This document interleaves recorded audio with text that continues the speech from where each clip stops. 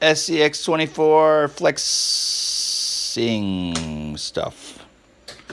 So, crash. Okay.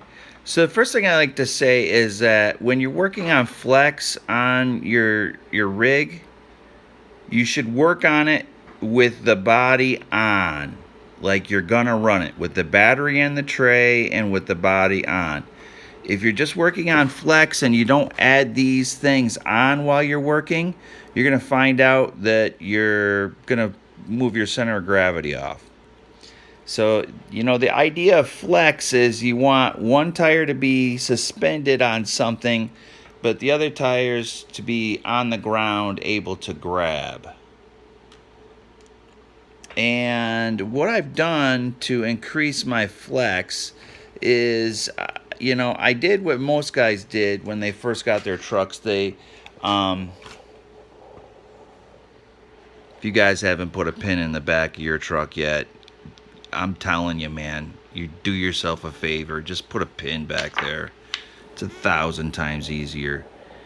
A lot of guys, what they do is they move their shock mounts down to their frame, and then thereby lifting up the frame of their truck.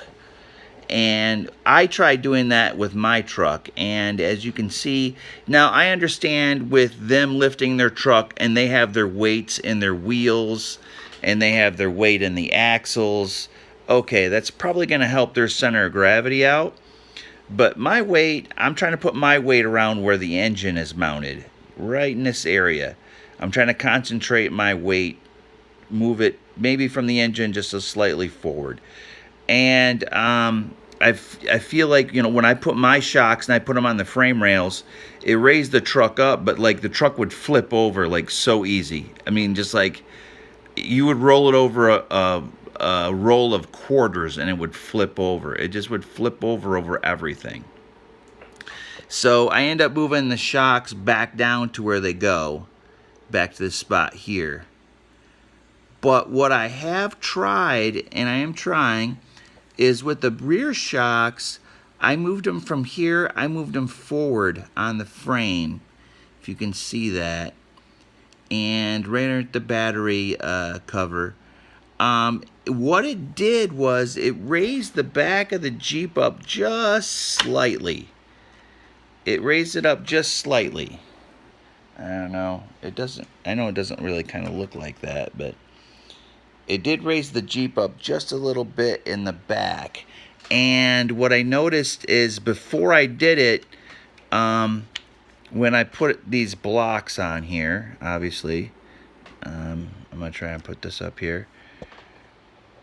The rear tire would inevitably always be off the ground in the back, because it just, with the shocks mounted in their normal area, it just wasn't enough travel. And what I've noticed in crawling with these trucks is you get up onto a obstacle and your front tires start to grip, and it brings your back tires up and they kind of tip back and forth. And I'm hoping that what this does is it keeps my back tires down on the ground more. Also, the other thing was I preloaded the shocks. I don't know if you can see in there, but I also preloaded the back shocks to try and keep them on the ground.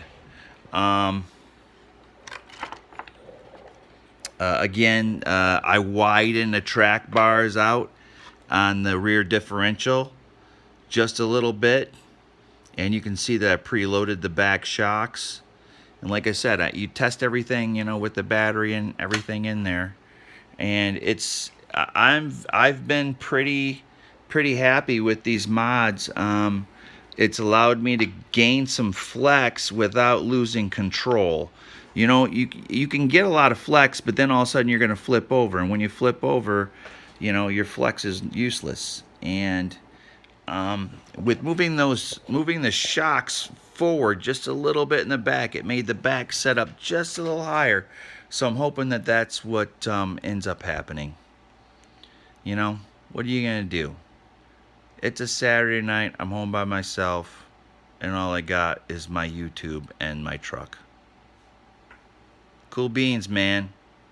Keep it between the ditches.